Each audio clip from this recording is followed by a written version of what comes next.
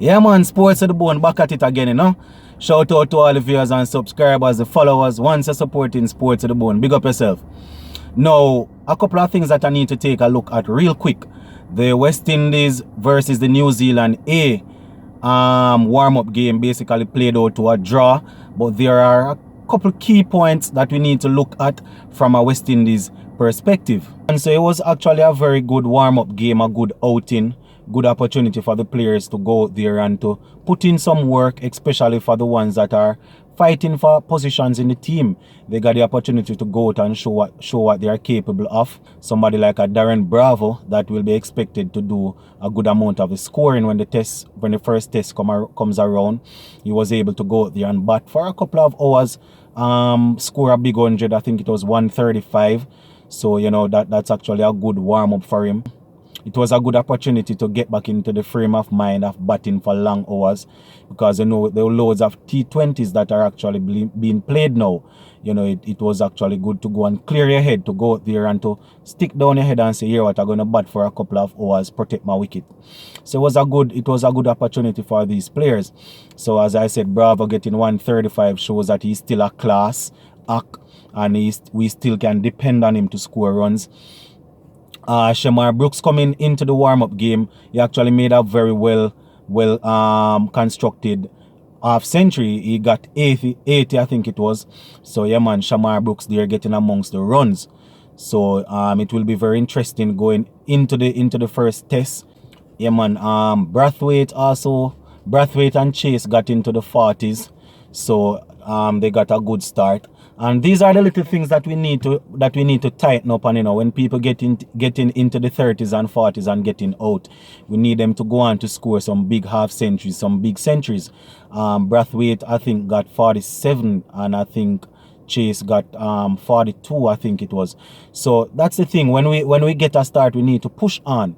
So, you know, when we are looking forward to these players, when we go into the test match to try and get good starts and to build on their innings, to push it into the big half century, into the century and things like that. So, yeah, man, they actually got a start though. So it was good to know that they went out there, they got in some match practice. They were able to sharpen up themselves. John Campbell, no, he wasn't amongst the runs. I think he got, 4 runs and was caught hooking to a short ball. So I think he really needs to prove his worth, because I am thinking that if it is the case that they even play him in the first test and he fails in both innings, I doubt they will be playing him in the second test. So you know that was an opportunity for him to go there and hold down his head and actually bat for a good period of time and to show that he's willing to fight for his spot. Now, Jermaine Blackwood didn't get amongst the runs, but I doubt we should worry about that too much, because I think he was actually our top run scorer the other day when we toured England. So just hopefully, you know, by the first test comes around, he will be able to sharpen up himself. We'll be able to go out there and actually get some runs for us. So Blackwood isn't really underneath the microscope right now, because he was dominant over there in England. It is people like John Campbell and even our wicketkeeper Dorich. You know, we'll be looking at Dorich to score some runs. Jason Ola coming into the latter part will not only be expected to bowl. He will be expected to do a good amount of scoring, you know. The mere fact that he's even ranked at number 2 as, you know, I think he's ranked as the second best all-rounder in Test cricket. So it's time for him to actually show why he's at that ranking. Mind you, he might be ranked as that, but it doesn't necessarily mean that he's performing at that level consistently enough. You know, so we will be expecting Jason Holder to do some amount of work also as regards to batting. But it was a good outing from Darren Bravo.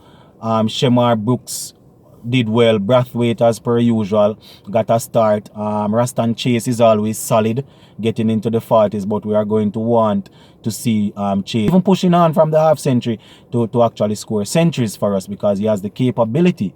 You know, so those are some of the key things that took place in that first warm-up game there. The good thing about this warm-up is that players that are fighting for positions, they got an opportunity to go there. We're talking about our Shamar Brooks, because at the end of the day, only the selectors know the final 11. People have to go out there and put on a good audition to say, here what, I want to be in this final 11, you know. So yeah, the opportunity was given to a couple of people. As in regards to the bowling now, we need to tighten up on a couple of things. Mind you, it was a high scoring 3-day game, so it seems as if the pitch was a bit flat.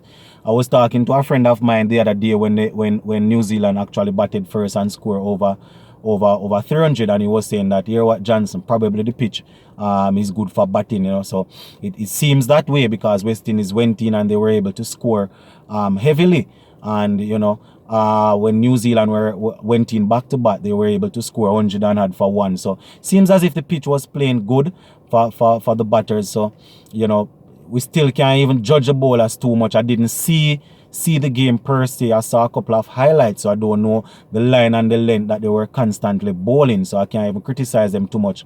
But we are hoping that when the first test comes around, the bowlers will be ready to go. We're talking about our Kemar Roach, Shannon Gabriel, Joseph, and Jason Holder will be coming in there in the latter part. So hopefully the bowlers will be ready. As I said, it seems as if the pitch was a little bit flat, so I can't even pressure the bowlers too much. I didn't actually see the game, so it would be harsh for me to say such and such wasn't bowling good, you know. So we just have to hope that when the first test comes around, the players will be in full swing. And the team is actually shaping up nicely. The top order seems as if they are getting their act together, because I think in the last 2 years or so, the middle to lower order of West Indies batting would have scored more runs than the top order, you know. I think that's the case. So it would be nice to see our top order going out there and getting some runs. So Brathwaite and Campbell need to get their act together. Bravo coming in, whether it's going to be Brooks or whoever coming in at 4, you know. It is looking good. As I said, I can't really pinpoint anything that was done wrong or anything that was done right, because I wasn't watching the game. I only saw highlights. So we just have to keep our fingers crossed and hope that when the first test comes around, the players will be in good nick. I can't even too pressure the players too much, because they went out there and they score runs. As I said, I don't know how good the wicket was for bowling, so I can't even pressure them. I don't know the line and the length that the bowlers were bowling, you know. So we just have to stay here and hope that the players will actually work themselves back into good nick to put together some good sessions, and the players will actually come into their own as we go into this series. Yeah, man. Sports to the bone. Keeping you informed. Please remember to like, share, leave us a comment. If you have not yet subscribed, remember to subscribe to the channel. I'm out.